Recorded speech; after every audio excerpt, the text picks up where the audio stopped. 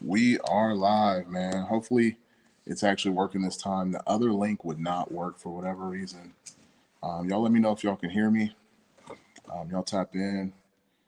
Make sure y'all leave a comment or something. Let me know. Looks like it is working. So let me see. Comment or something. Let me know. But yeah, it was like YouTube was trying to shut us down for some reason. I don't know why. The other link was dead. So um, this is the live stream. The other link is dead. This is also a StreamYard. So people are more than welcome to come on. Like I said, it's a hangout, Q&A, and then future video ideas, man. If you have any, let me know. Um, I'm open to new ideas as well. So I've been doing a no nonstop November. My face here. What's that gray hair? Maybe gray hair. I don't know. It looks like it might be gray hair. But anyways, we've been doing a nonstop November, and so far so good. Some good content, stuff that I had meant to put out a while ago, and basically I'm just now getting around to it. You know what I mean? So we're gonna continue to put out more content. I got another ride along video. Um, Obviously, we got stuff in the shop. We got the Miata, the Suburban. I haven't even introduced you guys to the Miata yet officially on the channel. So if you haven't been watching the lives, you probably don't even know that the Miata is here. Um, Miata is a 6.0 with a LS3 top end, 6-speed T56 transmission, I believe. Um, Pretty sweet car. The biggest thing about it is um, it's got a top end noise, which I have suspicions that it could be, somewhere in the valve train, maybe lifters or rockers. I don't know yet. I haven't got around to pulling the valve covers yet. But it is pretty it's pretty bad. You know what I mean? So um Suburban on the other hand. What's up, Jeremiah? How you doing, man? So far the Suburban is coming along. I just went and picked up some heater hose right before I got on the live. I'm gonna be doing hooking that up to the water pump. I only really get over here on the weekends now because I'm just working so much, and uh, my family life. I got wrestling now, wrestling going on with the kids, so we're just busy. So, but yeah, I really don't get over here to actually work until the weekend. Oh, you got me on the big screen out in the shot with you. Oh man, don't make me nervous now. Um, I appreciate that, bro. I appreciate you tuning in.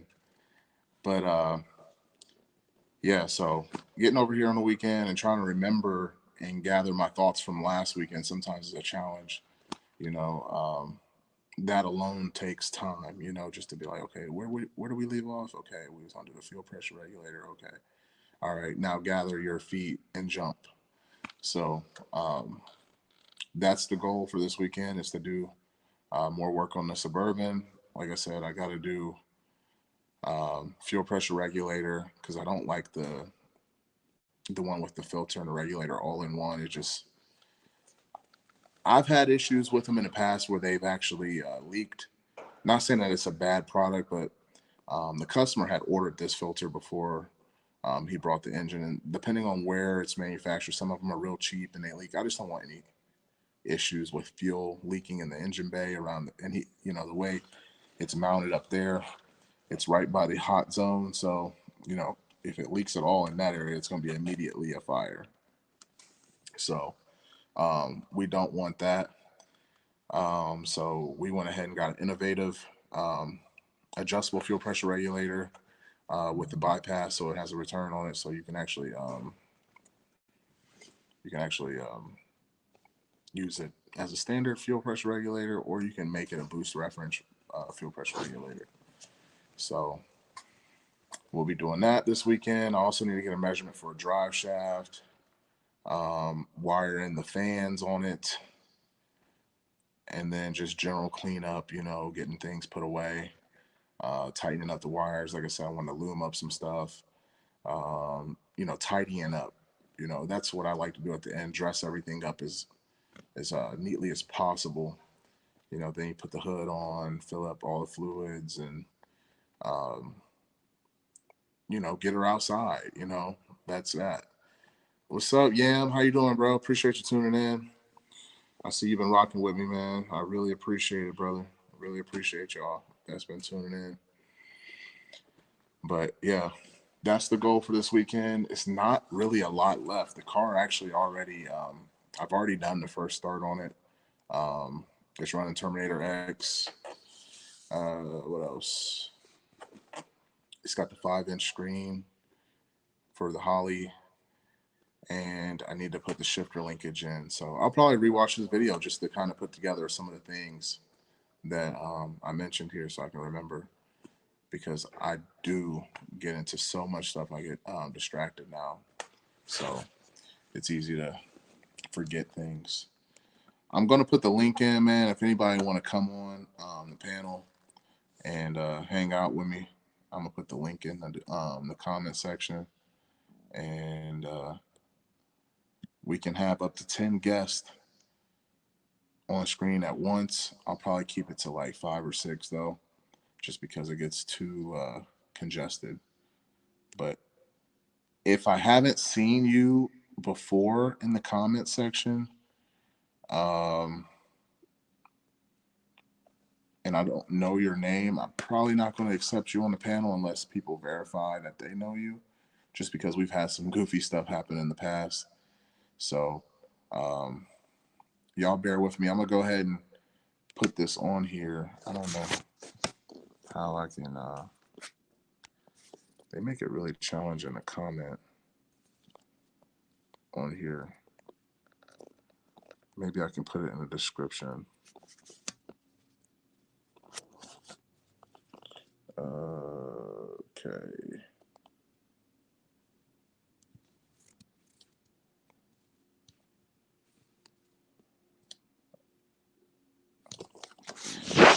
You guys know it's been a while since I've been on StreamYard, so.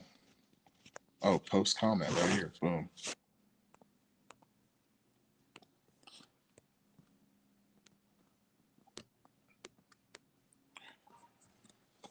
So yeah, that's the link, guys. If you want to come on to the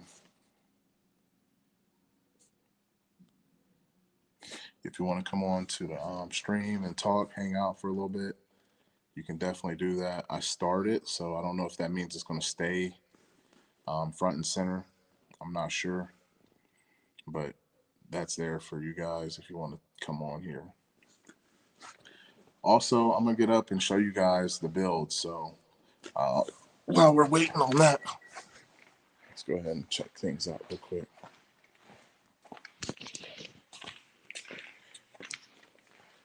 Okay, cool, man. Tap in otherwise, man, for sure. And I know you've done it before, bro. I'll switch the camera around.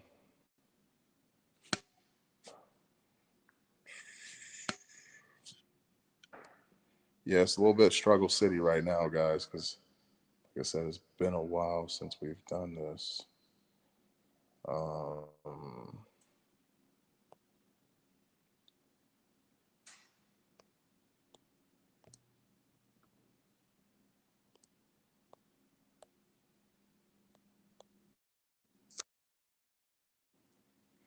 All right, we just went ahead and switched up the camera, so it's on the back side. Hopefully y'all can see everything.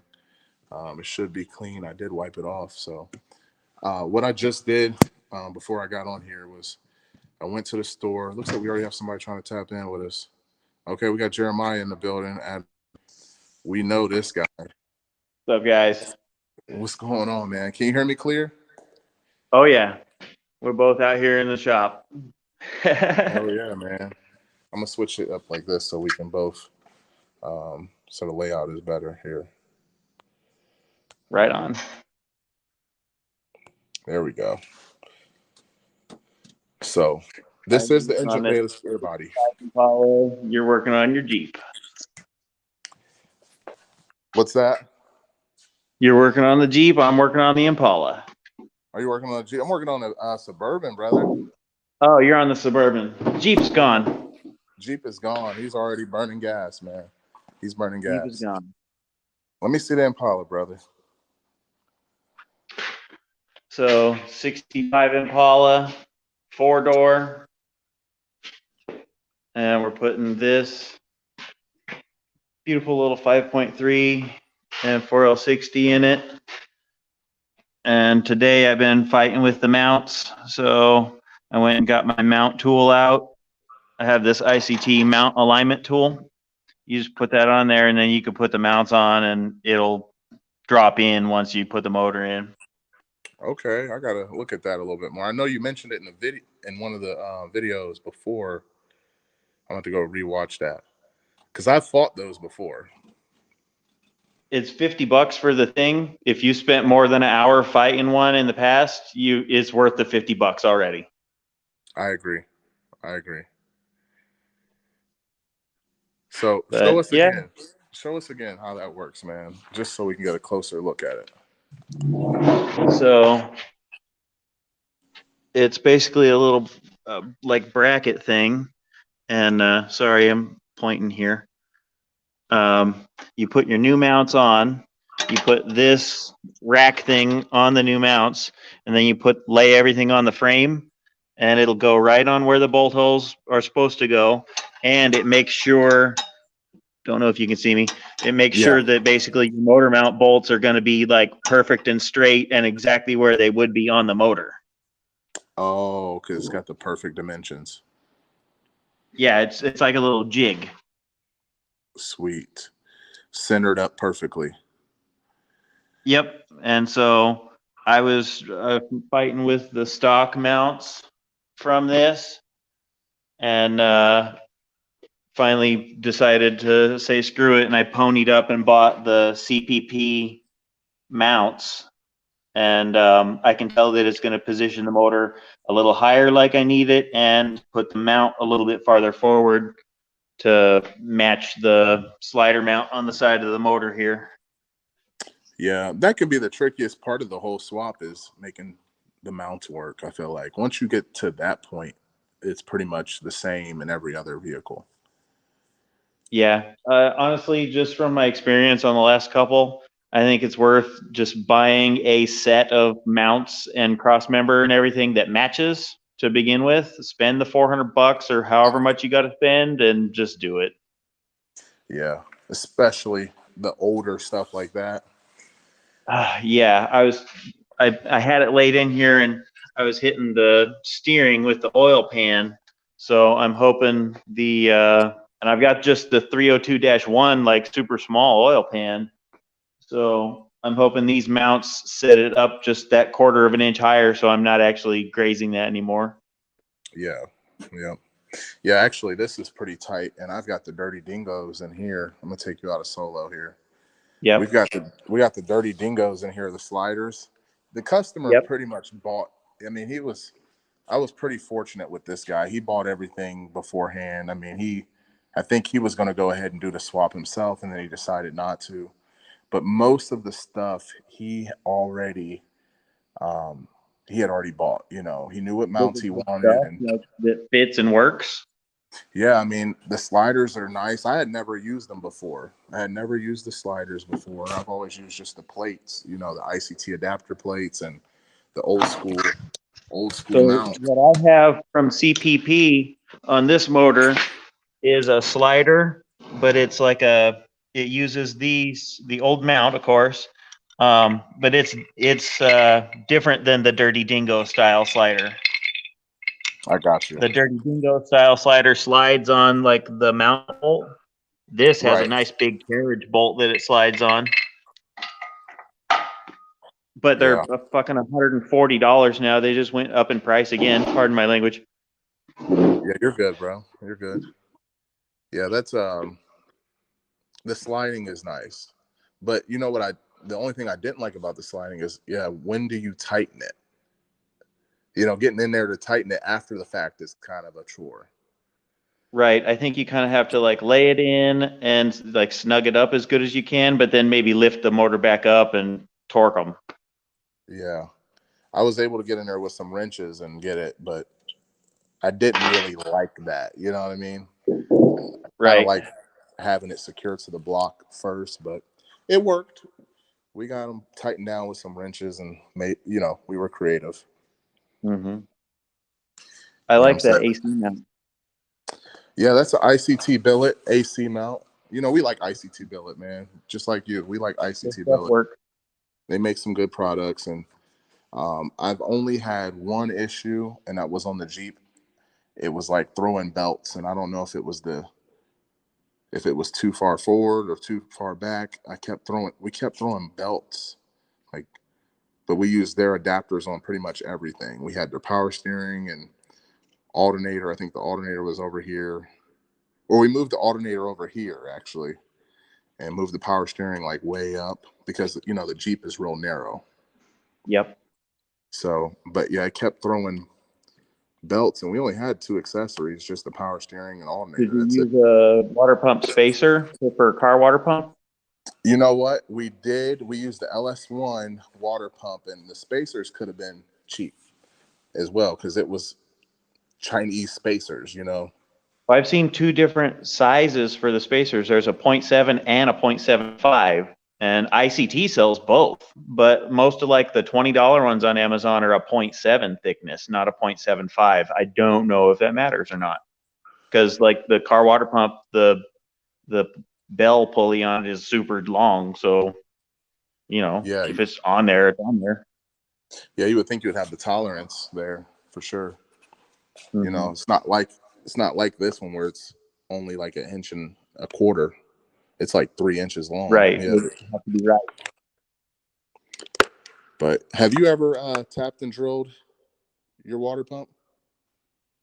No, I can't decide if I like that or not. Lots of people do it. I don't know if it actually matters. It seems to me like for your steam port, you want that to go up from the engine. You want that steam to go up to the top of your radiator or the top of your radiator hose or something.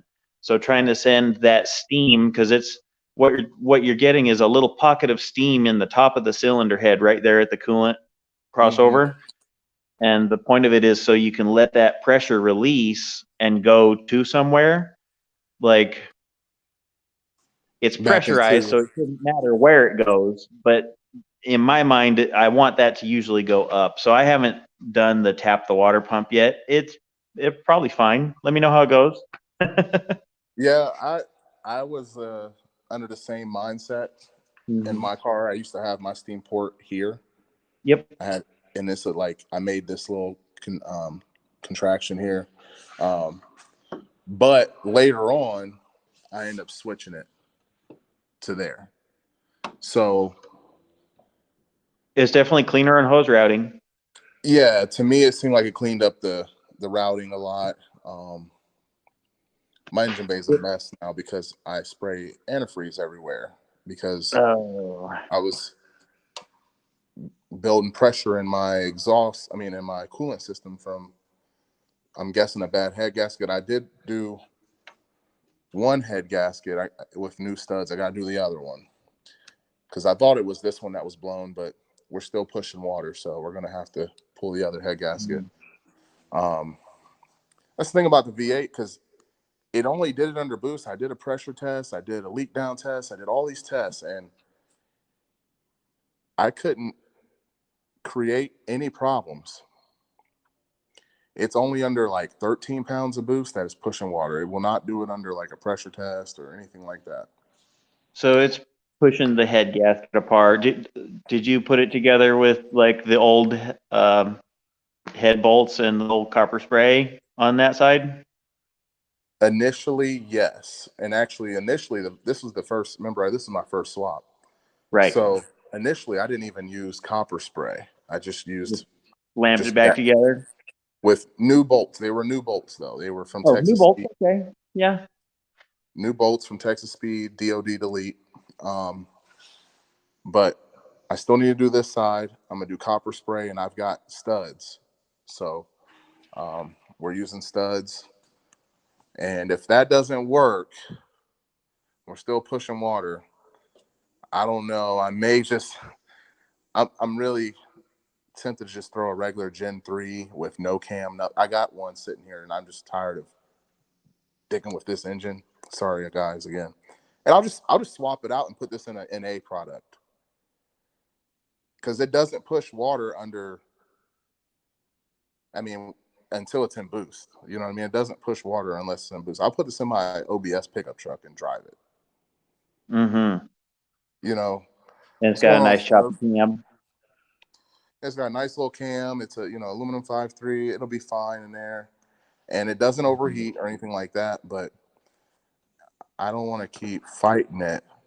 I'll just keep the turbo set up in here and put like a regular Gen 3 that I've got in my garage in here. Like this aluminum 5.3. Yeah. What is that, an LH6 or a L99, or what is it? This is the 04, so whatever the 04 code is. Okay, it's probably like this one is it's really a Gen 3, but it's got Gen This one's 4 a Gen 3. I didn't pull the bottom apart to see if it's got the Gen 4 rods or whatever. You got a front cam sensor or rear cam Back sensor? sensor, rear cam. Oh, that's cool. That's cool. See, mine's in the front, but it's 24x. Huh. Hey. Yeah. Sweet. Yeah. Did you have to drill for the dipstick hole? No, I don't think so. I can't remember. I can't remember. I just got it going down. Yeah, this is going into the block. It's going straight into the block. I had to drill the hole in the block in this one. This came out of an Envoy, and it had the dipstick going into the oil pan instead of into the block. And it didn't have a plug there. It was actually just cast. So 3/8 drill bit is the size for the oil dipstick. Yeah, this is also out of an Envoy. I think this is on an 05 or 06 Envoy.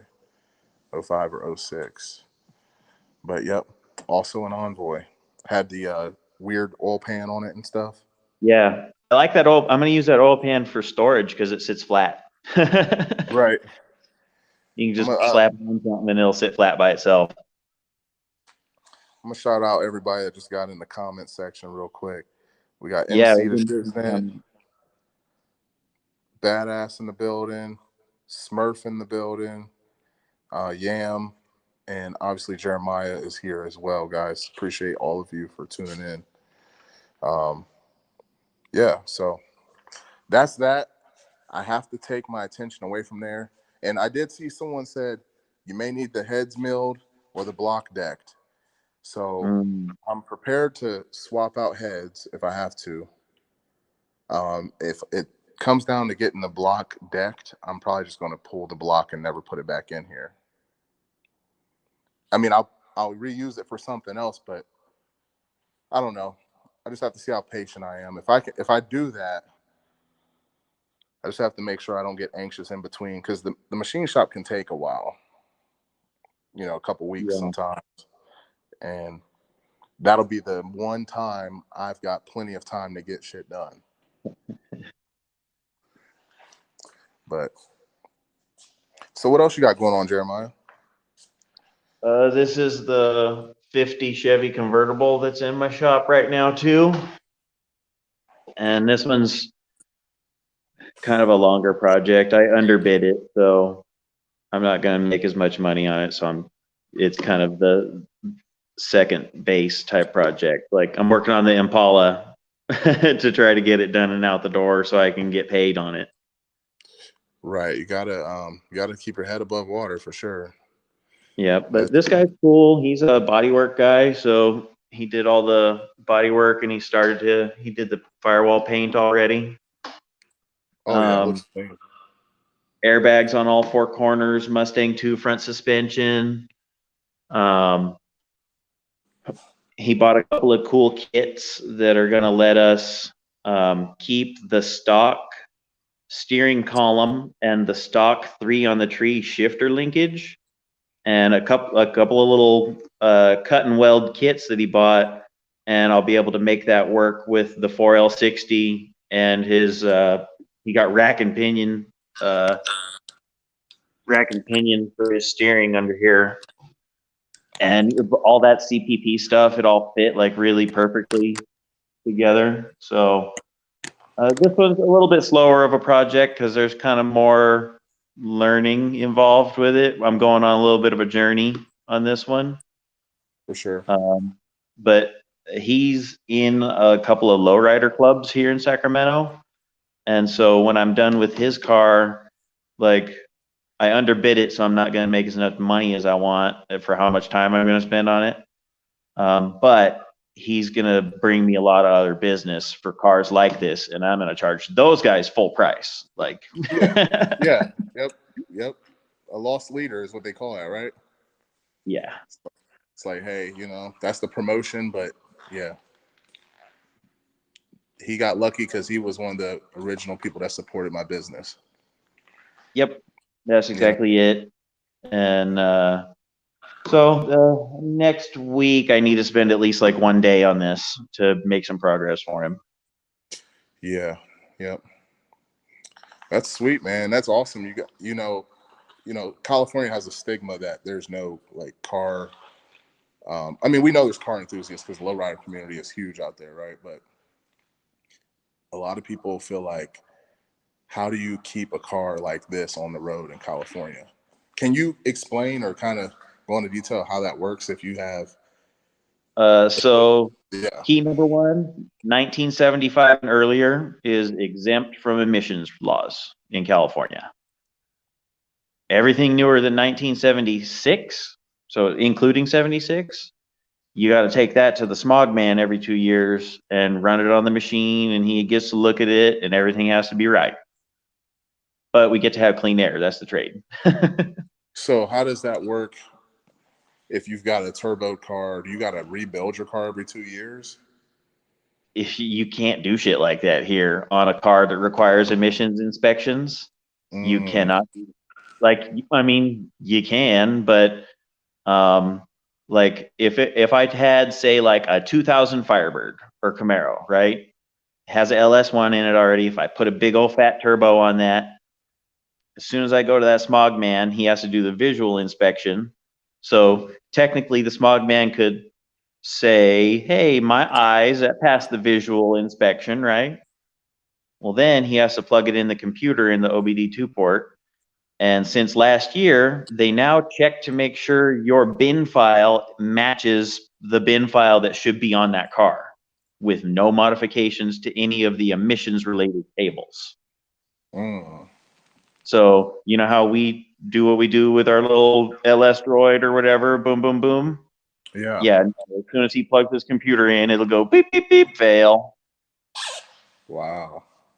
So if you want to LS swap a car that requires emissions equipment in California, you have to, number one, the vehicle you take the LS out of has to be newer than the one you're putting it in. Okay. It has to be the same kind of vehicle, so you can't take a truck 5.3 and put it in a car because that's a truck engine to California. You can't put a truck engine in a car, even though we know it's exactly the same goddamn thing, right? Right. So if you got a car, you got to get a car engine. It has to have all the emissions equipment from the vehicle it came off of. So evap, what we delete normally, catalytic converters, which we delete normally, EGR, if the vehicle it came from had EGR, you got to put that. You got to have whatever else is on the stock vehicle that it came out of. Then you got to put everything together. It has to be perfect. It has to be correct. Then you have to take it to the Bureau of Automotive Repair referee, and he inspects your car to make sure that, and he's a smog technician, like he's a guy, right? So he looks at your car, and if everything is right and it's the way it's supposed to be in the car the engine came out of in your swap, and everything's check engine lights, no perfect, everything, right? He'll give you the little green sticker that you put on your car. And then every 2 years, when you go to the smog man for him to inspect your emissions, he looks at that little green sticker and says, oh, all right, you have an exemption. Cool. and then you get to play by the exemption rules, and he'll just pass you or whatever. Or you go to Chevrolet dealership, you buy the LS3 E-Rod, which is a crate LS3 engine with catalytic converters and all the smog equipment. And the E-Rod already has a sticker that is what's called a carb exemption sticker. So if you put that in your vehicle and then you put that sticker on there, then you go straight to the smog man. He says, oh, I already know exactly what that engine is because you bought the exact part number that's already been allowed or whatever. That is $11,000 for that engine setup. But if you want to put it in your fucking car and get it done right, like that's what it takes in California. Wow. So but I noticed, like, what's that? It can be done. It is possible. People do it. Not me. I play with older cars. I don't like the stuff you have in your shop right now. That Suburban is like an 89, right? Mm-hmm. Couldn't do it. I don't. The guys who message me like, hey, I want to swap my 83. I'm like, I'm not going to do it. You can get it. You can get in too much trouble, and I don't charge enough to get in that much trouble. Yeah, definitely not worth getting in trouble for someone else. Yeah, we don't have that kind of. We don't even have emissions testing here unless you get pulled over. Have safety inspection though, right? Like you got to go every couple of years and they check your brakes and make sure your car ain't rusty. You don't even have that in Ohio? No, man, my car is. We don't have any kind of safety inspections here. Like your car can be rusty, clapped out, the brakes are bad, the lights don't work, cracked the windshield. I mean, they'll give you a ticket or whatever for all that stuff, but you don't got to go get an inspection. Like not unless you get pulled over and they say, hey, those tires look a little bald, and they do the old penny test or whatever. And then, they see you with a tail light out. They could go down a rabbit hole on you. It's like an honor system. It's like an honor system. They can go down the rabbit hole if they pull you over and they say, wait a minute. So I see the exhaust is up here. So where's the catalytic converter at? It's back there somewhere. That turbo's the catalytic converter. That's right. That's the muffler too. But it's a pretty good muffler, huh? It actually is not as loud as it looks with the turbo. I know that some people just never register their cars there. They register, like if I moved there from Ohio and I had an address here, it seems like people consistently use their business address. Yep. Like, hey, it's registered to my house or whatever. Yeah. I got a couple cars here in the yard that like I don't have a pink slip for because it's just a kind of junk car or whatever. And my mini truck, it's a 76. So remember I kind of started playing with putting the LS in the mini truck last year, and I had to abandon that because I started looking at what it was going to take to get all the paperwork right and actually like put it back on the street. And then it's a 1976, so I'd had to go get a crime smog, and I don't like to do that. That's not my style. Yeah. In California, if you go get that hot smog, it's fine if you're gonna. It's fine if you're keeping the car because you're not going to tell on yourself, and the smog man's not going to tell on himself. So it's only between you and him and the computer at the place, right? Mm-hmm. Well, California, they made it so you got to plug the car in to the OBD2 port to get the smogs. Then they check the VIN number through the computer to help make sure that that's the car, right? But me and we could put whatever computer we want with whatever VIN number we want, right? Right. Supposedly later this year, they're going to make the smog man have a little webcam on his fucking computer and like take a picture of him with the car, like the VIN number or whatever when he smogs it. Wow. Well, because I guess they've been having problems with people running the smog machine that aren't the guy. And so people just go run smogs on like that guy's name or whatever. Mm-hmm. And plus hot smogs, like you just bring whatever car and the car passes smog and then he says that was my car. Oh man. Yeah, that's a lot. That's a lot of red tape there. Just get you an Impala 64, 65, and you don't have to worry about it, right? Don't have to worry about it. Anything Yeah. 75 and earlier. So my Camaro's a 73, is smog exempt. Uh, everything else here. So then, if you just want to have anything new, it has to be stock, or you have to get only approved parts. So there are speed parts you can buy for a lot of cars that have exemption, because the company that makes the part paid thousands and thousands of dollars to go through the whatever the government requires to get the little sticker. Um, like you'll find a lot of like Banks diesel parts. He is a big company and his stuff is actually it actually works good and is good for emissions and stuff, but he goes through all the necessary stuff to get all his parts a sticker. So you can buy like cool Banks turbo elbows and stuff for your diesel truck in California still. Nice. Yeah, they were coming down hard on someone out there. I don't know if it was in California. Where was Whistling Diesel? Where are they Oh, at? he's back east somewhere. Guarantee he's not from California. Yeah. Anybody who's doing any kind of deletes on the diesels and like tunes on the diesels, they've been really cracking down the last couple years, especially if you like advertise flagrantly, like, oh, hey, bring your truck down and I'll delete the whatever it is they delete.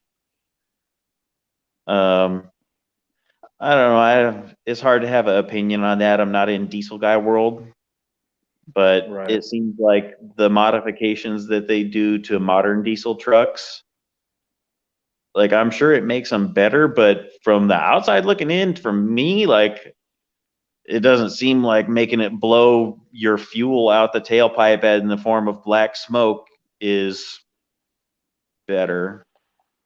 Right. But you delete the like whatever that extra fluid injection DEF or whatever, because I guess that clogs up the whatever. So I don't know. I'm sure it's better in some ways and worse in every other way. Yeah. I know they have stipulations out there. I spent about a year out there in California in Port Hueneme, um, like Southern Cal. I was on a Navy base Mm. out there for a while, and the guys, there were some guys out there, but they were from out of state. They were veterans. We're all military guys, so we we're just there for that period of time, Yep, you not have my permanent car residents. in or whatever. Yeah, I'm from Texas. I'm from Ohio. Mhm. But yeah, they had some. I remember a couple guys on base had like some, IS 300s with the two JZ in them, and they had them, turned up and stuff with the turbos and stuff.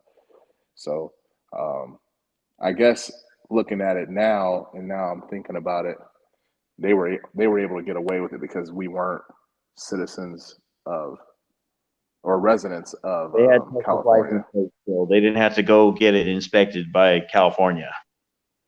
Yeah. Hmm.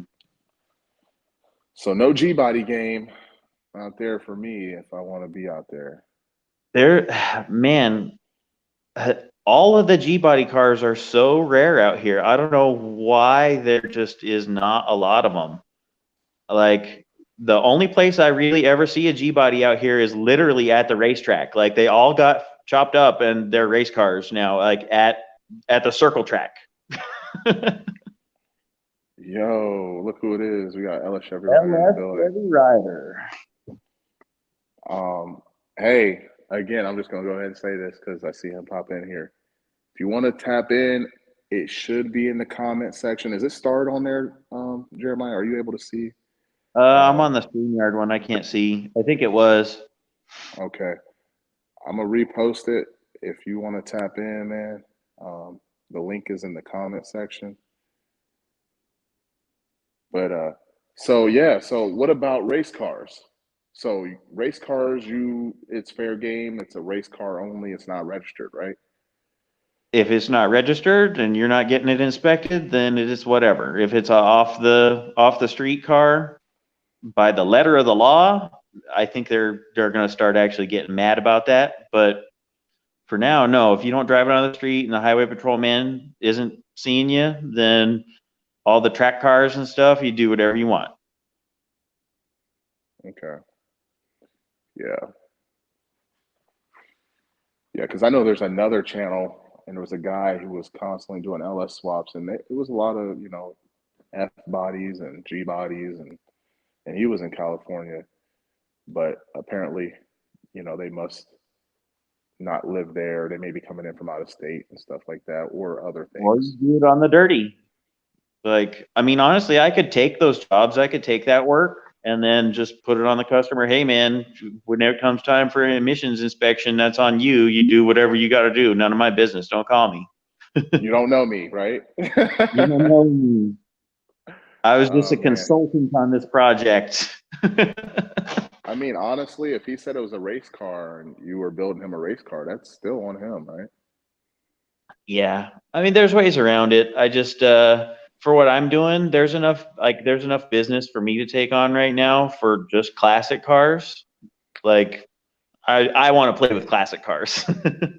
Yeah, you've got a Like nice, and that's California, cool, we man. call it 75 and below is classic. So for you guys, it's probably like that Suburban is a classic for you guys in Ohio, huh? Square body, any square body. Yeah, because everything else is rusted out. Right. Nothing is rusted out here. Yeah. Oh man. Yeah, everything rusts out so quick. And we got like my 2008 truck, it needs quarters on it. Mhm. It's not that old.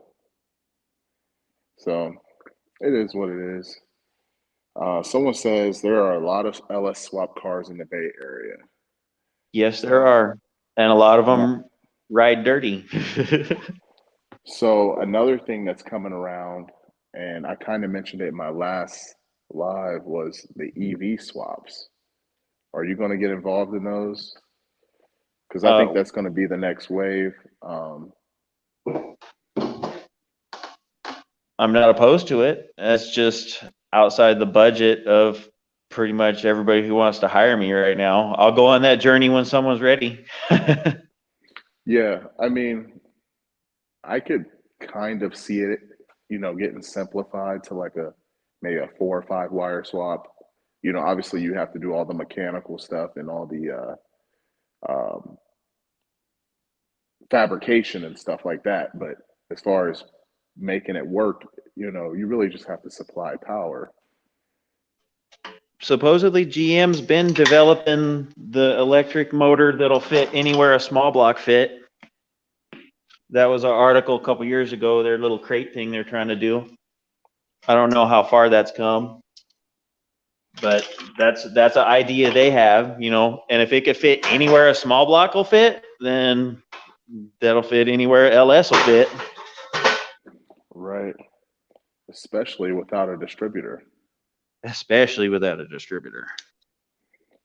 So yeah, we'll see how that works out. I do think, people like the nostalgic aspect of driving around a G body, and sometimes it's about just having something different, not so much about having that V8. So, you know, a lot of times people can't even keep their cars running. You know what I mean? So for some people, it may be a breath of fresh air, like, oh yeah, this is simpler. I don't have to maintain it as much, and but then there's guys like us who like to put turbos on them and stuff like that. So, but I don't know. I mean, the EV power may be so fun that you don't miss the turbo. I don't know. We'll see. I like the noise, and I like the lag, and I mean I like everything about it. I like it when it kicks in. Um, Sometimes unexpectedly. You know, I like that I part. can't wait to build a turbo car. I'm excited for. I want to get a customer that wants to go on that journey with me. Right. So are you kind of going like deep diving into this full time? Do you think you could do this full time? It's what I'm doing full-ish time right now. Okay. I take care of my dad like 3 days a week. He's 87, so I spend like 3 days a week at his house. We go on errands, and I got to do his stuff for him. And Yeah. then try to spend 3 or 4 days out here in the shop every week. And sometimes I can, and sometimes I don't. Right. But I'm That's trying awesome. to get it going good enough where like it's actually producing cash flow instead of just sort of floating. Yeah. Um, I mean, there's definitely people out there that make it work, man. Mm-hmm. I had given it a shot over the summer, and I don't know, I probably could have made it work, but it got real thin for a minute. I was, in between projects, and I was like, being in the union, I could just go back to work. I could just, Go down to the union hall and get one. yeah, I was like, let me just take this call real quick. But I can also, get stocked back up again and try it again. I'm still pretty much streamlined or pipeline to do it. I still have the tools, I still have the infrastructure, but I got to figure out when's the best time for me to come out of the construction industry and to come here, like, do like a season of that and then a season of this. I think that would probably be the best thing for me until I'm completely uh, confident in my abilities to do this full time. Because it is a transition, and when, with a family and everything, I just got to be sure, got to be sure. Yeah, you have people counting on you. I'm solo, so I have like wiggle room as far as that goes. If I got to just eat top ramen and beans and rice by myself, whatever. A lot But easier eating it by yourself. They're like, how come you didn't get the project done? They didn't have any more water pumps. right, No more AN fittings. They're stuck in China. huh? But yeah, I mean, you get in a situation where you can't get a Holly Terminator, or I mean, most of the stuff I'm able to navigate around, even when there's part shortages. Like, I've never been like stuck where I'm like, oh, I guess the fuel pressure regulator was kind of a big deal. When those were out of stock, I was like, oh, okay. I just moved that to the end of the project and was just hoping that I'd find one that worked. But you can Hmm. pretty much you can make the factory one work if you put a bulkhead on it and like you know, or you can run an inline pump. You know what I mean? If you have to make arrangements, say, hey, we can wait 3 months for the back order on these things, or we can do an inline pump. Right. So what I'm doing on this Impala, they don't make a drop in for it, and they don't make a tank that's like the EFI tank, like a Tanks Inc. or whatever, or Holly tank. They don't make one for 65 Impala. Okay. So CPP has this thing. You cut a hole in the existing fuel tank, and then it's got a little ring that bites from underneath, and then clamps it together and gives you a little tray and everything. And it's like 165 bucks. I used that on the Camaro I did, and even though they make all the shit for a Camaro, I just cheaped out. I was like, 150 bucks looks right on this one. We're gonna try this one out. Right. But it's nice. Like, just get a little jigsaw, make sure your gas tank is no gas in it, of course, and boom, boom, boom, and it works real good. See, I've always been concerned about working on fuel tanks because I know the vapors are still something to be afraid of. Even when you're empty, I'm always concerned that So I'm the gonna blow secret something is out. you fill it up with water. If you fill it up with water, there can't be any gas vapor in it because it's full of water. Okay, And so then that's do the whatever key. you want, or dump the water out like once you fill it up with water. But yeah, you just fill it up with water, and there cannot be any gas vapors in there if it's full of water. Yep. What's going on, Mr. Hustle Hard? Mr. What's Hustle going hard. on? I'm gonna go through some of these comments real quick. Badass says he thinks maybe just a power supply and engine plate for the EV swaps. And then, of course, Smurf said, way too many rules for California. I agree. There's a lot of rules for them LS swaps, especially I'm already committed to this G-body stuff. So that's not, I mean, I'm not too far into this that I couldn't switch up to a different platform or like an old, C10 or something that's even older. I'm open to other platforms, but if my car was completely done and I was just happy the way it is, I don't know. I don't think I could move out there. You'd be a G-body man for life once it's done. Oh yeah, I mean, the kind of money that some of these guys put in these cars. I'm talking some of these guys who have, you know, um, they got, they frame notched it, off the body off the frame, and obviously an engine swap. If you're paying someone, just the engine swap alone is enough to make you say, hell no. I just spent, because some of these places charge $20,000, for an engine swap. I You go know. to like a big shop or something like that, they charge big money. And some of it's worth it. Some of it looks great. And I'm like, I can see the value. They shaved the engine bay and they painted it. Everything's new. Like you said, that GM crate engine is 11,000 out the box. $11,000 out of the box. Before you do anything else. That's before you buy the car. You're already 11 bands in. It's $11,000. Yeah. And that's just to get, that's just the floor price. So it's not you putting it in for them. So yeah. Yeah, I could see how I would be like, hell no, I didn't put all this money. Because no one else is going to see the value in that $11,000 swap when they can get one here. Like that's, if you keep your car in California and you bought an LS3 for 11,000, someone else in California will see the value in that. Like, yep. Oh, I can have this. It's already stamped. That little green sticker already. If you have a car that's already swapped and approved on paper and legit ready to go, like that adds $10,000 to whatever the car is. Like if it's a race car or whatever, like it adds value to the car to have it go through and be good enough to get that approval. Because like that, when the judge goes through and looks at your car, like he's a car guy, and so to get that approval from him, that means something here. That means the builder did it right. There is no corners cutting if he goes through the process. So like LS3 swap Miata or whatever, it can be done and it can go through and be approved. But boy, you're going to spend $11,000 on the LS3 E-Rod setup, and then you're going to spend how much putting it in a Miata, right? Right. Yeah. And then the rear end and all that extra stuff to make it behave.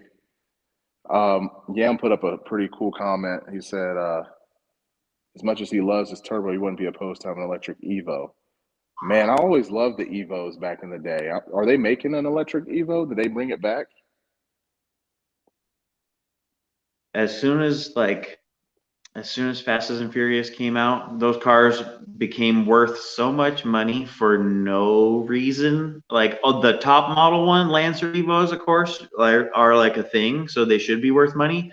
But even just like regular 4-cylinder Lancers were dummy expensive, like just like 240s. Like a shitbox 240 is like $10,000 now.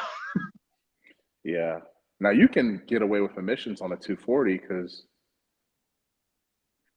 they're already pretty much a nice platform to work with, and you can just throw a little bit of bolt-ons on the stock engine and have fun with it, and just go to your emission man with the stock exhaust and then put your exhaust. You know what I mean? Like that car you can get away with just swapping and back and forth. Yeah, that's a nice platform for California. I would do a 240 in California for sure. But yeah, the Evos, man, those are cool cars. You don't think they're that cool? Not for how much money they want. Oh yeah, they're not cheap. Yeah, I mean, like WRX got cheap. They made enough of those that you could get a cheap WRX. They never made enough Evos for one to get cheap ever again. Yeah, definitely. Few far in between. Yeah, even in its heyday, few far in between. I think that might be what kind of is part of the allure is the rarity of them. So you're like, ooh, man, Evo, hell yeah. But you have to have a trained eye to even know that it's an Evo. Like we know as a car guy, oh, that's sweet. But most of your regular people don't even know the difference between a Four WRX and an door. STI. Yeah. Yeah. We see the body lines, a little bit wider fenders. We see the hood scoops and the front mount intercooler. We know, and we see the wider tires. But most people they don't oh yeah, it was a little economy car that just drove past here. It was like a little Civic or something.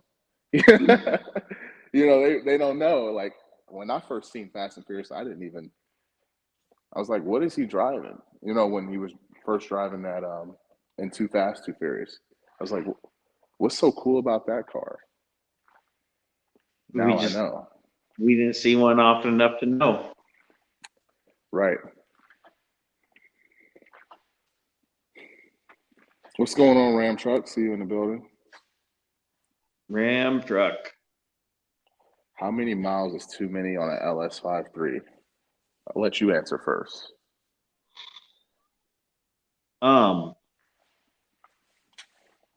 Man, that's hard to say. That's really hard to say. Miles are different. It could have 300,000 perfectly maintained miles, or it could have 100,000 change the oil twice miles. So that's too dependent. But these motors are good enough. Like I'm not scared when someone's trying to sell a $500 engine with 250,000 miles. Like it ran, like it's fine. I'll take it apart and look at it and put it back together with fresh gaskets, and it'll be fine. Probably. Yeah. I'm kind of under the same thing, and a lot of times I end up putting head gaskets on them because for some reason I'm putting a cam in and probably lifters, so it's getting a top end refresh, new springs. Like those are the things that probably are going to be worn out, like valve springs. You're putting a new water pump on it, probably. Um, the bearings, I've never had one open up and be like, damn, these bearings are shot. I've never opened one up and was like, unless they just cooked it before I bought it. You know what I mean? But I've seen them And come in here looking like a mud ball, and you open it up and it looks brand new inside. Like it was a work truck on the job site, 6.0. So, I mean, really, if it spins and ran and it didn't tick and piss everywhere and it had good oil pressure is really your lifeline, bro. If it's got good oil pressure, I say just don't even worry about it. I mean, and even towards the end of their service period, like these trucks will get down to like 20 psi on the oil pressure instead of like the 30, 40 you want to see. And 20's enough. It's not as much as we want, but like 20's enough. Enough for it to not be dead, and you put a new oil pump on it and get it back to 35 or 40, no problem. yeah. That van I bought for $500. It was a express van. It was an old AAA van. The whole time. It had. What'd you say? I couldn't hear you, brother. I was jealous when you got that thing. The whole time you had it, I was like, oh man. And then you sold the shell back to him for like 400 of the dollars, right? Yes, I ended up Well, what I did is I made a deal with the yard.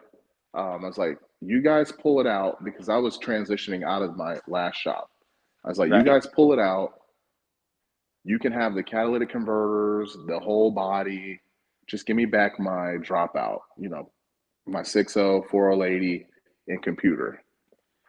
I then had it in the back of my truck, and some kid hit me up on Facebook. Was like, "Hey, no, he put a post out that he was looking to sell his G body, and I was like, I'll trade you a 6.0 dropout transmission, everything." And I still haven't messed around with that Cutlass. I should have just kept it. It was a running engine. I knew that ran great. I should have just kept it. It was a full drivetrain that ran absolutely perfect. It's They just, ain't making more G bodies though. it's true. Um, the biggest problem with the van was no one in the neighborhood liked it sitting in front of the house. Oh, it was That ugly. it was, yeah, that was the only thing. It was like,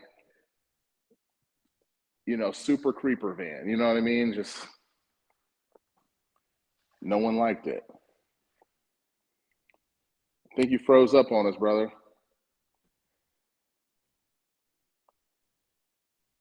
think Yeah, I still see you, but I mean, I can still hear you, but you're froze up. there we go. Did you ever end up buying a van for your wife's childcare business? We bought an Escalade. We ended up buying an Escalade. No. But we bought a van actually first. So we bought a van first. It was an Econoline, it was actually a Mm-hmm. prison van at one point. And the state came back and was like, "Oh no, not for a Type A child care. You can't have anything with more than um, 9 passengers." It's like we can't Man, approve that, and this is after we paid the money and bought it. I think we spent like $6,000 on the van. It was clean. I drove probably about an hour and a half to go get it. It was clean, had a V10 in it, but it was like a jail van or something like that, and it was like a 2013 or 2011. But yeah, we ended up selling it for pretty much exactly what we paid for, and then we bought an Escalade because that's all they would approve as far as size. I figured you was coming back, so I just kept talking. yeah. Did you hear what I said though about the Escalade? I've dropped out after V10.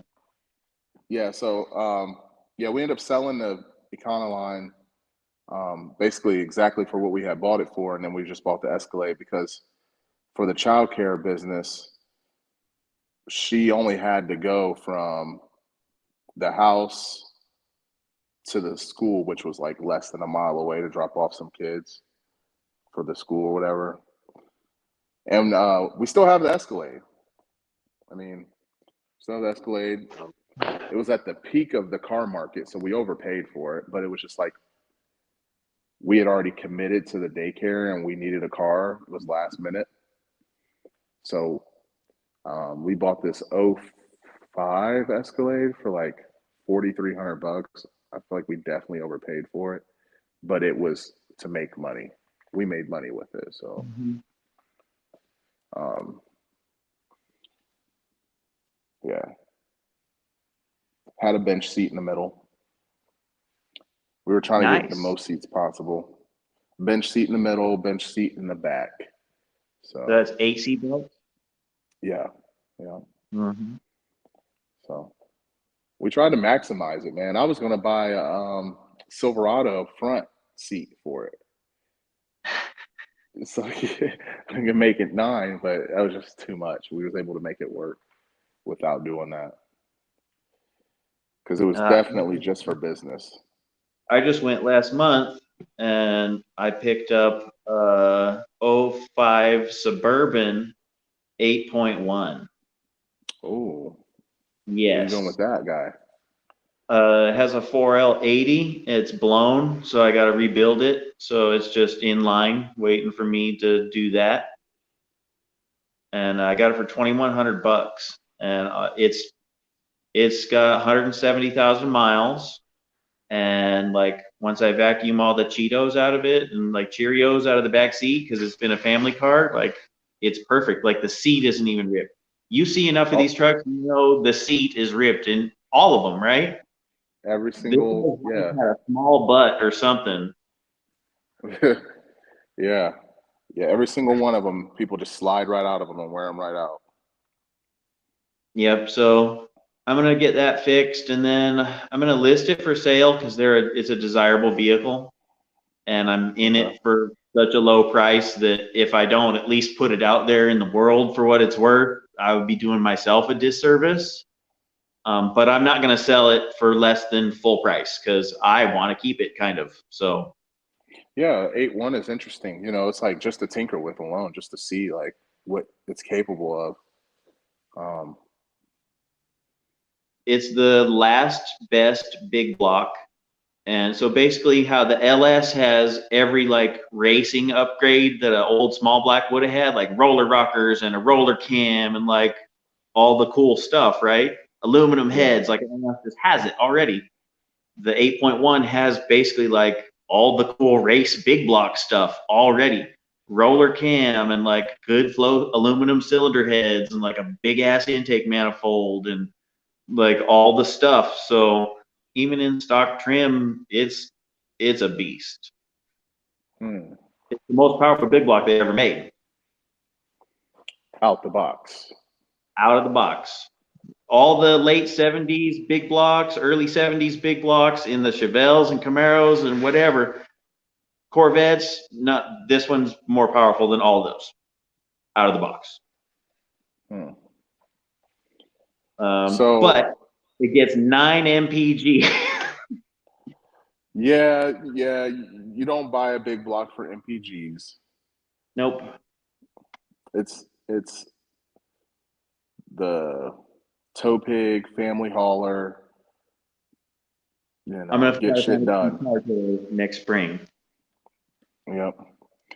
So since you brought this up, you know, the 99 2005 trucks, Silverados, mini, not mini, but regular cabs, Mm-hmm. you can build one of those and take it apart before you go to get inspected. You could throw a turbo on that car and have it off by the weekend to get inspected and throw it back on the week after. Put the stock computer back in it, and Yeah. yeah, So that's almost easier. I could see people doing the F bodies like that because if you have a simple enough turbo kit, it's literally like bolting it on.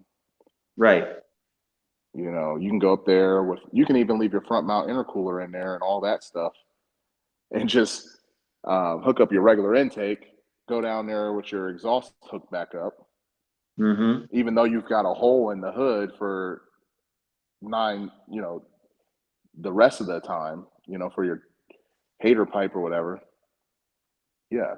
So how And they illegal? I do. mean, that's obviously illegal, but can you do? Is that what people are doing? They just throw the turbo, they take it off for the That's one inspection. common thing is to swap it back to stock for a smog, and you just got to keep all your stuff and be quick enough to do that. Yeah, because I mean, you don't even need a cam to have fun with a turbo car. I Yep. really don't have to mess with, you know, I don't have to put a really exhaust heavy cam or a real dirty cam in a car.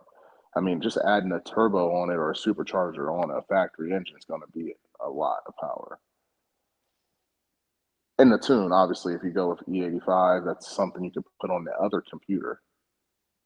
Yep.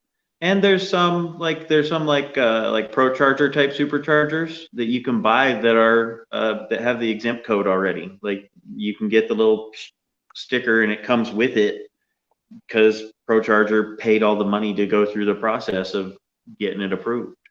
But that's all those approved parts, big bucks out here. Like a approved supercharger, Pro Charger setup for a Silverado, 3,500 or 4,000 bucks, easy, like full price. Yeah, man.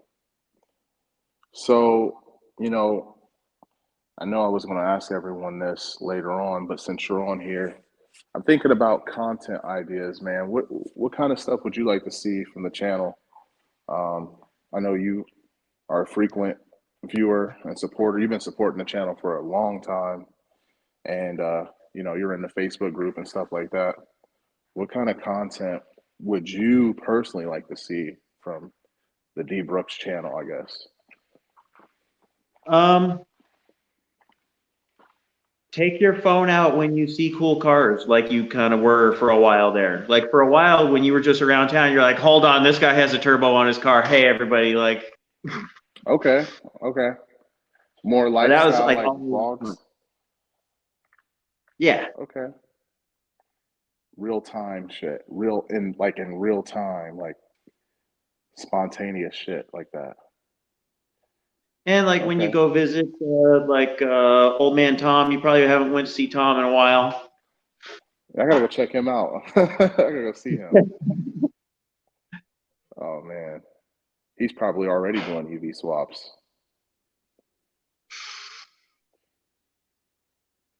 Yeah, he was already boosted and everything when I first got my, I was buying my first harness from him, and he already had, he was knee deep in this game, and I was just Mm-hmm. buying my first harness. So who knows where he's at now? He may be doing LT swaps, and who knows what he's into now.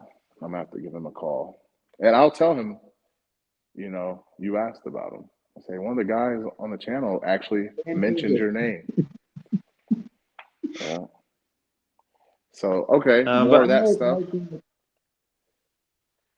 I know it's hard to like make content when you're knee deep digging through this every weekend or every week. Like it's hard for me to pick up the camera when all of these are kicking my butt and I'm like not feeling good about the project sometimes in the middle of it.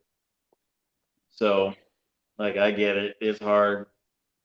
Yeah, I mean, yeah, because you're banging your head, right? And then it's like, but 3 years ago, me would be like, wow, you're doing another one? Like you said, you're going to Right. rebuild a 4080. I'm like, that's impressive to me because I've never gotten further than pulling the pan off of a 4080. You know, that's as Oh far as yeah. I've went. Well, it helps because like I have my whole little zone set up over here for transmission building, and like I got my good like clutch spring tool, and like I have all the stuff. Plus, I got that parts washer. Man, that's if you want to play with transmissions, you got to have a parts washing machine for sure. So the floor price to get into rebuilt transmission is it pretty heavy? Buying you like did you have to have that stuff to get into it? Looks like we lost Jeremiah again, guys. But yeah, in the comments, if you're in the comments, put in the comments, man, what kind of content you guys would like to see on the channel. Um, I'm interested in some feedback from you guys. I'm back. Authenticated with YouTube. All right. First transmission I didn't have a parts washing machine, so I had to wash all the parts by hand, one at a time.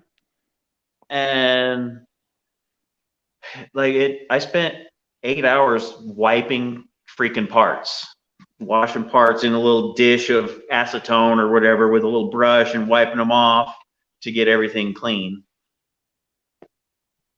Tim, hi. What's going on, Tim? Thanks for stopping in, brother. Appreciate you. And then like my clutch spring tool, like that's a couple $100, but I bought that because I wanted to be able to do them kind of fast and have that tool that makes it easy. To just build one or two, like one, if you just want to build one a year, you can just do all that stuff by hand, and you can get the $30 clutch spring compressor tool that is like a hand type tool. You can rebuild a transmission yourself for less. You can do the first one for the same price or less as the cheap guy off Facebook that sells $800 carry-out rebuilds or whatever. Okay. That guy is buying transmissions that are blown up for $100, and he's just like brake pad slapping them and putting them back together and selling it to you for $800. So it's going to have a minimum or medium rebuild in it for that price. If you put like $200 or $300 on the parts for the rebuild kit yourself, because that's what it's going to take on a 4L60, and then you spend probably about $100 on a few specialty tools, you can easily redo it yourself in a weekend for the first one. Yeah. I mean, so for the Suburban, he actually bought a core for a lady, and we sent it across the street here, and it was like $2,200 for them to rebuild it. Now they rebuilt it in 2 days.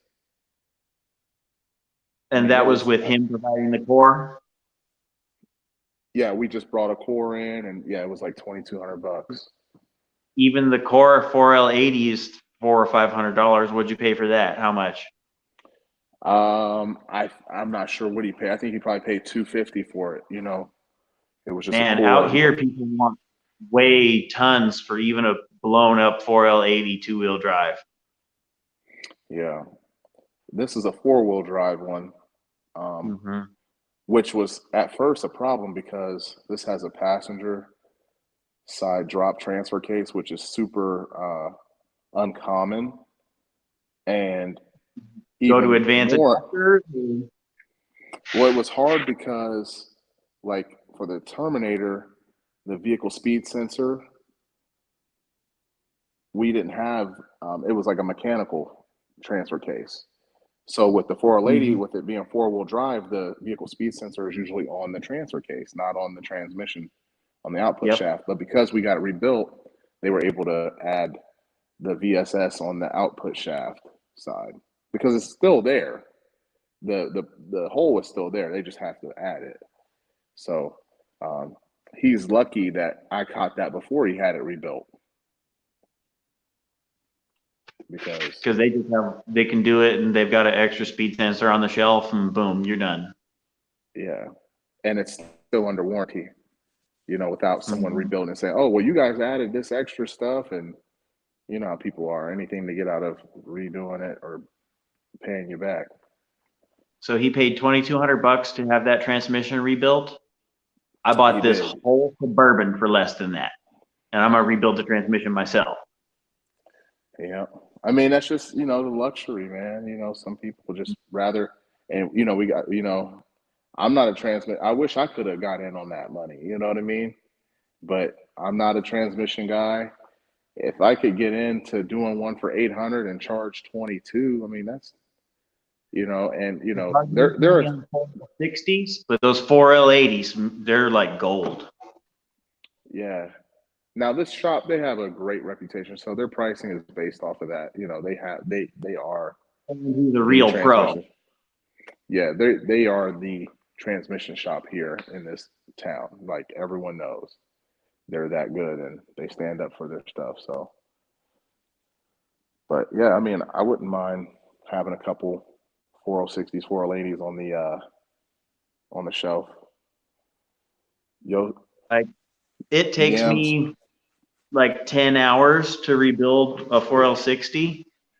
A real pro can do two in an 8-hour shift. Boom, boom, boom, boom, Wow. boom, boom, boom, boom, boom, boom, boom, boom, boom, boom, boom, boom. They just, it's wizardry watching a real transmission man do it. My brother worked at a transmission shop for a while, and I was kind of curious. It was before I was ready to dive into all of this like this, but I was just curious, like, hey man, like I just want to come and watch the transmission guy. Like I kind of understand, but like I want to see what he does. It is crazy how fast they work in both directions, take apart and put back together. They've once you've done enough of them, and once you have the real equipment set up, like you imagine rebuilding two of those $2,200 transmissions every day and getting that check. You know what I'm saying? Oh yeah, and there's enough blown 4060s to do it, hmm or just any other transmission that people just consistently blow through. Yeah. I think once I do the 4L80 in this one, that'll be the first one of those I've done. So you do it on my own stuff first. But once I get that one running, I'm gonna be on the hunt for cores of 4L80s because the rebuild kit's like $380 for the good rebuild kit. It's like twice the price of a 4L60 rebuild kit, but it's bigger stuff and there's more stuff in it. But like if I could start picking up cores for $300 and then $400 worth of parts and then a couple days work to ask $2,000, you know what I mean? Like that might be the primary hustle. Yeah, I mean, and that's, you know, a lot less subjective. You know what I mean? Like, oh, I wish you would have painted it this way or ran the wires this way. It's just a transmission. Bolt it in. You want me to put it in for you? I can do that for an extra $800. Bring me your core. Yep. But Yam says, I dig the quick vlogs. So it sounds like between you and Yam, the quick vlogs, the on the spot stuff, the spontaneous stuff is what you guys seem to like. And I actually like making that content. It's kind of awkward carrying the camera around in public, though. I'm sure you know how that is. You try to pull the camera out. It like, I know that's where the bread and butter is. Like going into like the store and like showing the day in the life type stuff. That's like the real glimpse of like what's going on. But it's the hardest to do because people just think you're weird. Like it's just like, they think you're recording them. Right. Like, are you recording me? Like no, I'm really just trying to do YouTube. And you know, I'm kind of nervous as well. But yeah, the videos, like I just put the one up with Antoine. I thought that was pretty cool. I didn't I just have happened. Have you seen that one yet? Square Body or the Box Chevy podcast? No, so I did the Box Chevy podcast was a couple of days ago. We planned that. That was I thought that was a good idea. Like I like the idea of what I was going for with that, but the last video I put out, I feel like it's kind of like what you guys are talking about. Like when I would go to buy cars, right? The guy with the Turbo Monte Carlo or something like that, right? Yeah, Turbo Monte Carlo and Impala SS. Yep. Yeah. So, yeah, that was random. I was on my way home, and I've been rocking with Antoine for years, and he had moved to Oklahoma. He used to live in Ohio, and I just so happened to see him parked at Jags on my way home, and I just pulled over and was like, bro, I never even met you in person, but now I just ran into you. We got to do a quick vlog. And that's how that happened. He said he had drove 4,000 miles in like 2 days. So a couple years ago, my brother tried to move to Kentucky with his best friend. Some shit happened. He had to move back to California like on the double. So my brother tried to move to Kentucky because his best friend said, just come to Kentucky. I got you. Don't worry about it. I'll put you up until you get it ready. Just come on. When my brother gets there, and then his buddy's wife, like in the middle of the fucking night on a Sunday night one night, is like, you gotta go. So my brother grabbed his daughter, 14 years old, said, okay, we're leaving. We're going back to California. She said, but Dad, like, it's midnight. How are we going to, like, we don't have a car or nothing. He said, we're stealing this bitch's car. So my brother stole this bitch's car, smashed all the way back, left it in the desert in Arizona because he had another friend that lived in Arizona, and then fucking came home. So he's a mechanic. He had took all his tools to Kentucky in a U-Haul, and it was in a storage unit, right? He got a job at an auto shop, and he had took all his tools to the auto shop, and the lady told him to fucking leave on a Sunday night. He was going to start his job the Monday, like 10 hours later, right? So he calls the shop, and he's like, hey man, like I got to move back to California. It's an emergency. Just don't rob my tools, and I'll be back to get them in a couple weeks. You're not going to rob my tools, right? I was like, yeah, no, don't worry, man. We're not going to rob your tools. Don't fucking worry about it.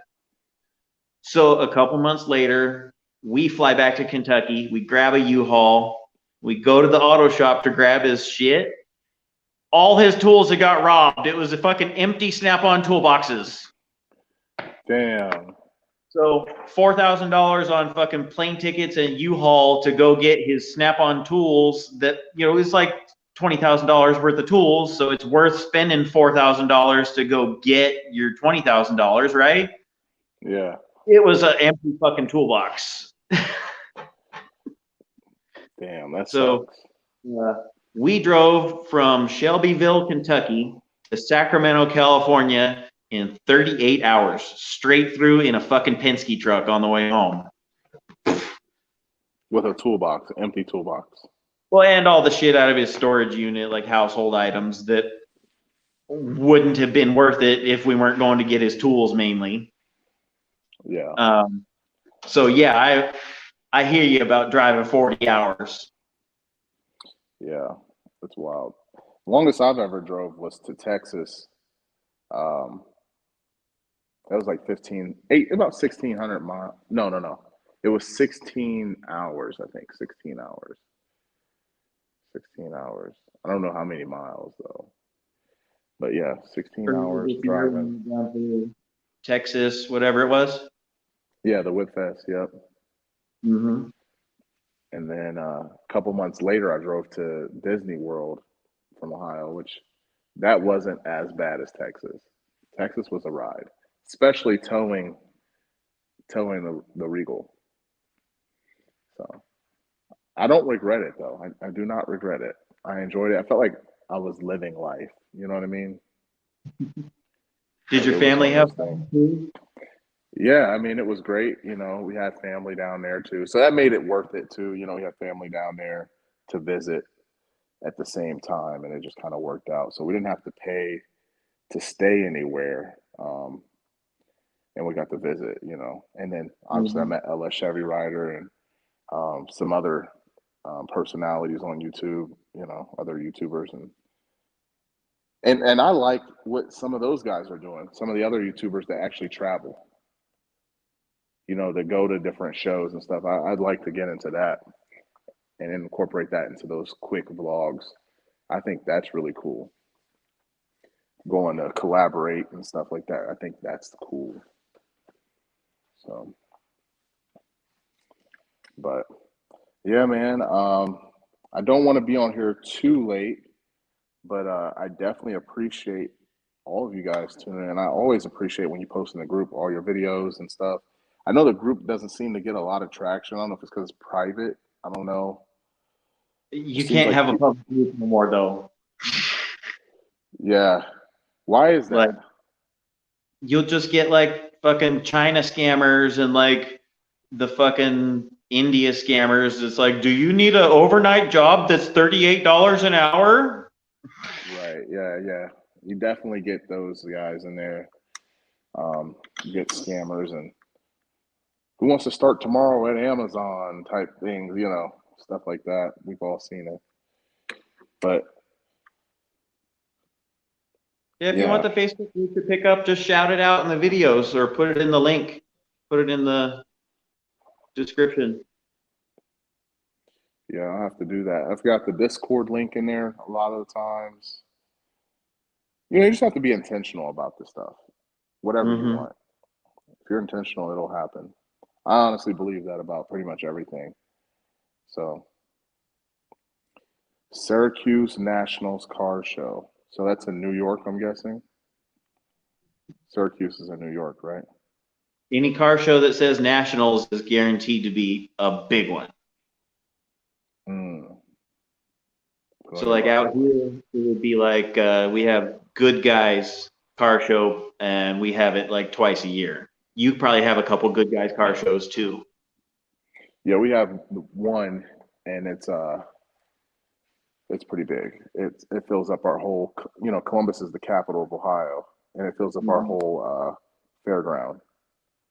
Wow! And it's like a 3-day event, and every night they're doing something after it's an after party after every night of the car show. People are going to Quaker Steak, doing burnout contests, and then they're street racing. The cops let them do the burnouts. Like they actually come and like block off an area to let them do burnouts. And nice. The city is pretty cool about it, as long as people don't do the street racing mostly. Like, hey, you guys can do the burnouts and hang out here, but you know, if you let them do something, then it's like they're less likely to do the other shit, you know? Especially if you give like a nice, cool, big space for everyone to go do it and just only do burnouts and it's sanctioned and okay, then it'll be a good time.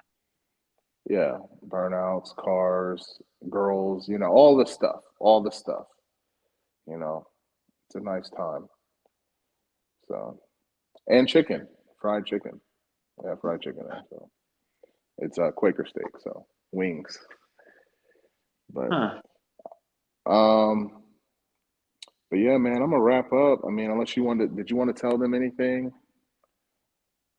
No, man, you guys know what I'm doing. Yeah, I mean, that's some cool stuff you got going on there, man. So I'm definitely tapped in on the YouTube stuff. So, but yeah, we're gonna wrap up, guys. I appreciate everybody that tuned in. Um, Jeremiah, also thank you for coming on, and I will see y'all next time. Peace. Peace.